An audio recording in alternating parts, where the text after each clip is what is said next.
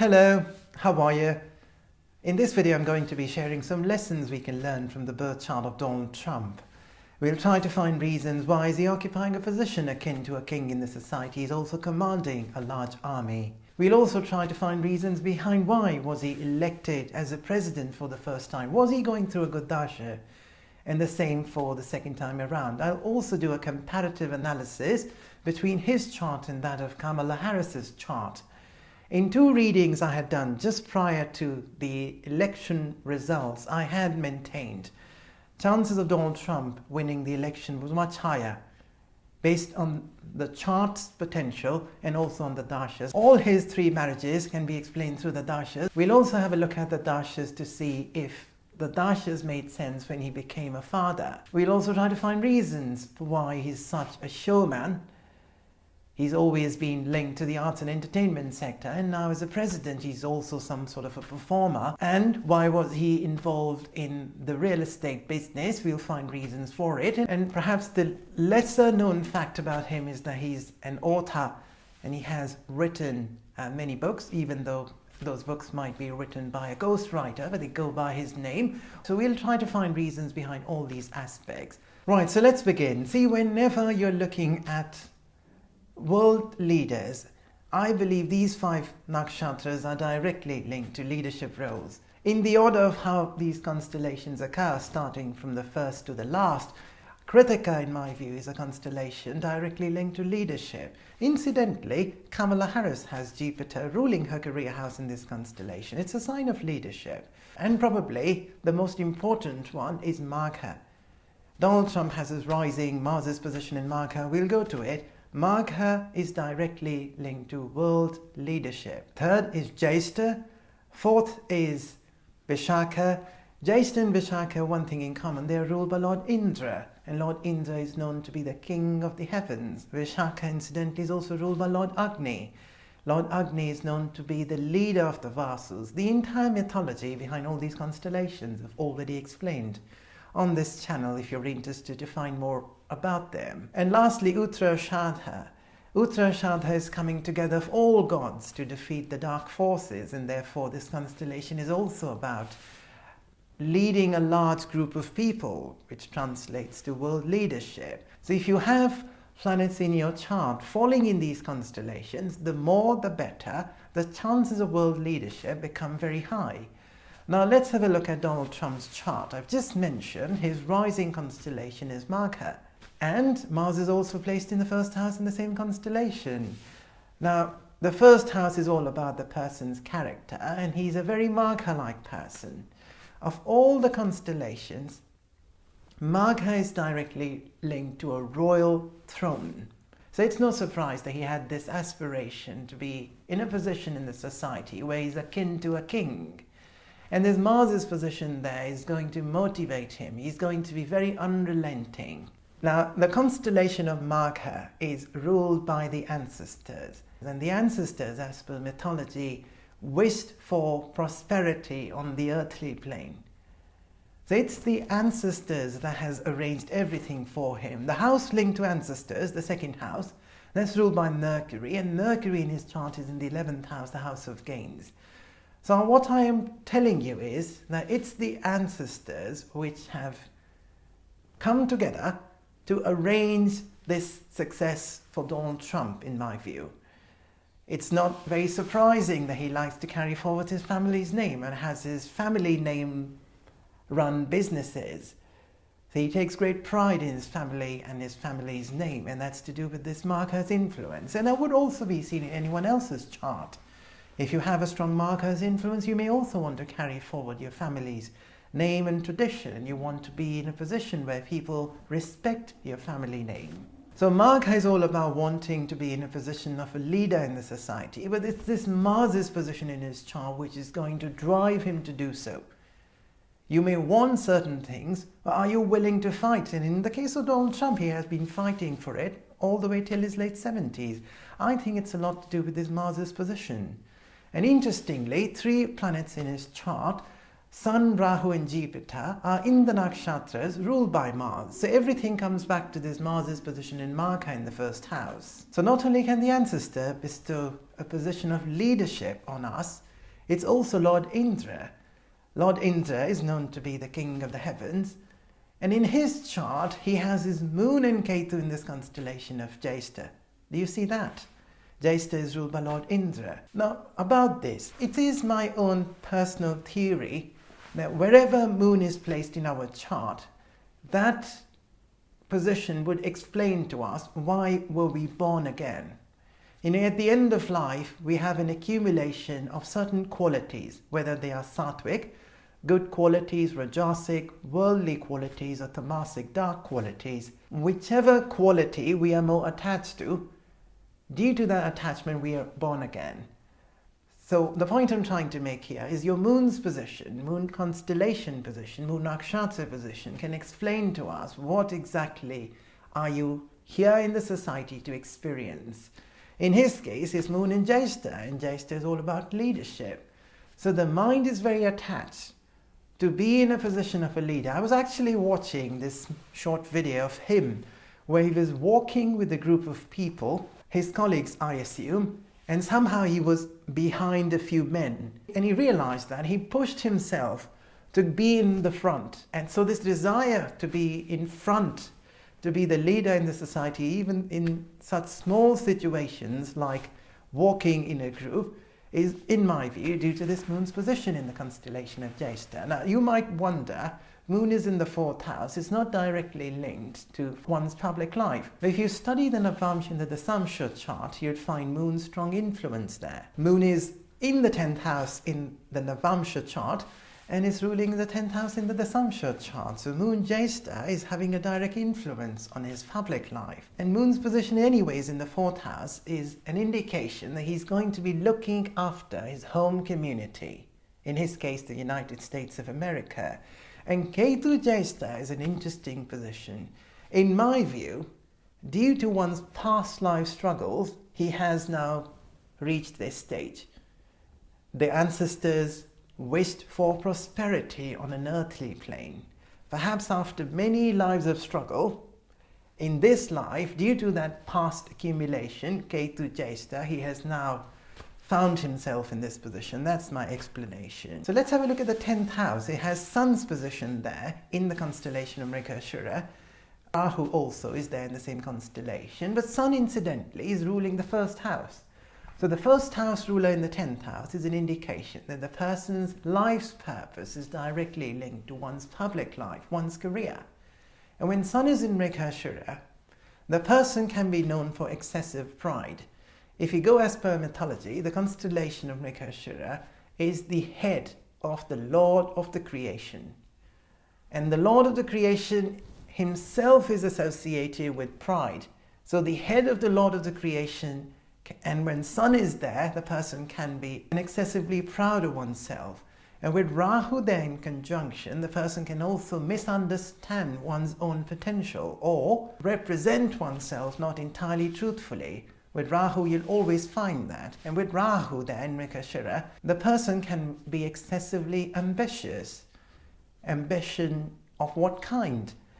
Mrigashira's planetary ruler is Mars, and Mars is in Magha. And a Mars-Magha-like person can be in a position in the society where the person is leading a large army. The person could also be capable of going to the extremes with Rahu there. And Rahu Mrigashira, the person can also lack contentment. Now let's have a look at Venus and Saturn's position. They fall in the constellation of Punarvasu. Now let's start with Venus. A Venus Punarvasu person, in my view, is very loving. And so far we've spoken a lot about Donald Trump's aspiration and lack of contentment with life, but there's a strong loving side to him. Venus Punarvasu-like individual, particularly when it falls in the sign of Cancer, and that position, Venus falls in the sign of Cancer, even in the Navamsha chart, the same is true for Saturn. This is one of the main reasons why he's a very loving person, and perhaps for that reason he shares a very loving relationship with his family. And I've seen that when he's shaking hands with individuals who he doesn't consider as his enemy, he's a very loving person and a very kind and a generous person. A Venus Punarvasu-like person can be in the limelight for one's generosity, and Saturn now in the same constellation is an indication of his loyalty And that loyalty aspect are also linked to the constellation of Magha. It's this Venus's position that has attracted, in my view, people towards him. People may feel that he's excessively ambitious, but they do see this loving side. And that is one of the main reasons why he has been elected for the second time. You might ask why. The constellation of Punavasu is ruled by goddess Aditi. And as per mythology, goddess Aditi is known to give us second chances in life. I've mentioned that in the video in Punavasu. You may find it very interesting. Around the month of September, mid-September, this year, 2024, I'm still recording this in this current year, he just began his Venus's antardasha. Do you see? It was Jupiter's mahadasha and Venus's antardasha. This was one of the main reasons why I felt he's going to win again. Punavasu is directly linked to second chances, and Punavasu anyways as a constellation is very giving. Like the mother is always ready to give one's child another chance. That is the entire mythology about Punavasu. So if you now go study the birth chart of Kamala Harris, in her case I find combinations of leadership. Jupiter in her chart is in the constellation of Krittika. But apart from that, I don't see enough indications of world leadership.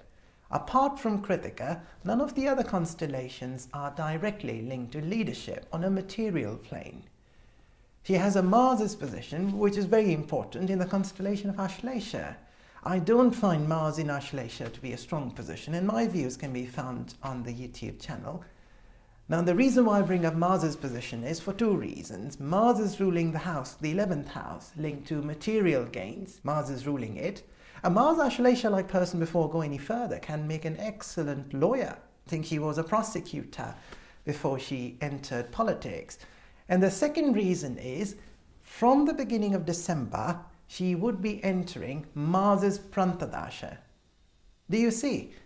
Now, I don't see that a person who would win the election and would find oneself in a leader's position in the society, and that too on such a large scale, would do so under Mars's dasha. Do you see that?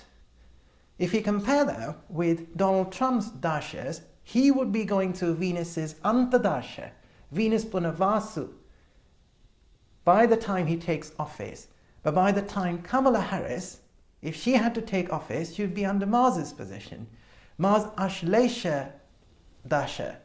So if you compare Venus Punavasu dasha and Mars Ashlesha dasha, I will always back the person who's going to Venus Punavasu's dasha. Venus is known to be a natural benefic. It's also known to bring material gains in our life. And Punavasu as a constellation is ruled by Jupiter. And Jupiter is also known to bring material gain in our life. He's also going to Jupiter's mahadasha. And in the case of Kamala Harris, Rahu's mahadasha is all right. I wouldn't say Rahu is as strongly linked to leadership as Jupiter is. Venus's antardasha is all right. Venus in her chart is in the constellation of Purva Falguni, which is a sign of she going through really good luck. From 30th December, she'd be entering Mars's Prantadasha, and I don't see a person occupying a high office when a person is going to Mars Ashlesha's dasha. And that was my main reason why I would back Donald Trump, just on the basis of astrology. I don't have any preferences for any one of them.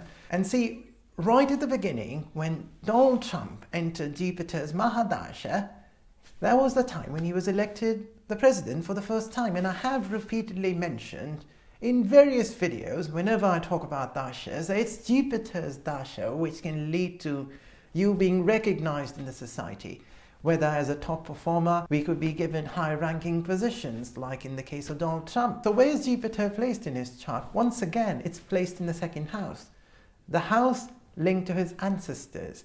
The second house ruler Mercury is in the 11th. We'll come to that. Jupiter Chitra now. Jupiter Chitra is one of the main reasons why I think he's a bit of a show person. I was going through his background, and he's had his past in television. So gains through ancestors, the second house ruler in the 11th, gains again, Jupiter in the second house, and as soon as he entered this Jupiter's mahadasha, he became the president. And Chitra's ruler is Mars. Everything comes back to Mars's position in the first in Magha. This is where his competitiveness comes from. Now Mercury in the 11th in the constellation of Arta is an indication that he has a lot to say. And he has said so even when he wasn't given a public platform, when he wasn't the president. He has been saying what he had to say through books that he has been writing. And his highest selling book, The Art of a Deal, I'm sure all these books were ghost written, but his name was attached to them.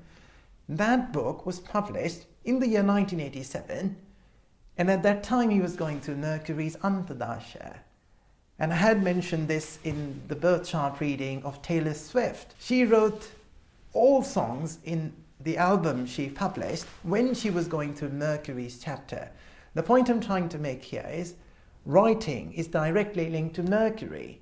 So whenever a person is going through Mercury's chapter, you might express that side.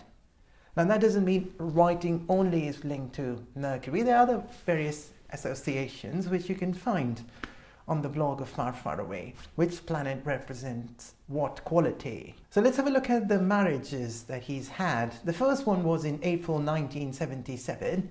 And at that time he was going through Sun and, more importantly, Rahu's antardasha. I've always maintained if you have to predict your time of marriage, you must start with the ruler of the house of marriage. In his case, the marriage house is ruled by Saturn and Rahu. Under Rahu's antardasha, after he had turned 30, why after 30? Saturn ruling the marriage house is an indication of late marriage. So the first time he entered a favorable time in 77 under Rahu's chapter, he was married. The second time he was married was not under Rahu or Saturn's chapter, he was under Jupiter's time phase. And he was married because he was expecting a child. And he married because the child was actually born under Jupiter's chapter. But what that tells us is, during Rahu's chapter, prior to that, again his personal life was active. With Rahu, there's every possibility that the person may not conform to societal norms and the person may succumb to desire. And that might have been the reason why he was in a relationship with someone and then married that person under Jupiter. Now that's interesting. Jupiter in his chart is ruling the 5th house, directly linked to fatherhood in his case. So under Jupiter's time phase, one of his children were born. Let's have a look at the third marriage, and that was in the year 2005. At that time, he was going to Rahu and Saturn's antardasha. So do you see, in all three marriages, he was either under the influence of Rahu or Saturn. The antardashas are more important. The antardasha was either of Rahu or of Saturn. Rahu and Saturn are ruling the marriage house, or in the second marriage, it was close to the antardasha of Rahu when he was in a relationship with a person who he had a child with. And similarly, I had a look at all the children that he has fathered, and 3 of them were born under the dasha of either Jupiter or Venus. And Jupiter is ruling the 5th in the main, linked to fatherhood, and Venus is ruling the 5th in the Navamsha chart. The other 2, which were unlinked, obviously their mother's birth details also have to be analysed. The lesson here is, if you're going through the dasha, the ruler of the 5th house, either in the main or in the Navamsha, and if the ruler of the 5th happens to be Jupiter or Venus, the chances of you becoming a father or a mother is very high. That's the lesson there. So let me now come back to the original agenda. I hopefully have answered all these questions. Let me have a quick scan. The assassination attempt, that I haven't covered. But when we look at hidden enemies in our life, amongst the planets, that's Ketu. And at the time, it was mid-July 2024, when that attempt was made on his life, he was going through Ketu's antardasha. That is my explanation for it. See, why wasn't an assassination attempt made on him when he was going through Jupiter's mahadasha or Jupiter and Venus's chapter? Why under Ketu's chapter? Do you see there? So in your life, if you're going through Ketu's chapter, the lesson here is that that's a time when unusual events beyond your control might happen, depending on where Ketu is placed in your chart. So you just have to ready yourself for different situations based on the dasha you're going through. This is it. So reading his chart was very interesting because a lot can be explained just by a cursory glance at his chart. And hopefully the lessons I've shared from his chart might help you read your chart better. Hopefully this was useful. Thanks for watching. Until next time, bye for now.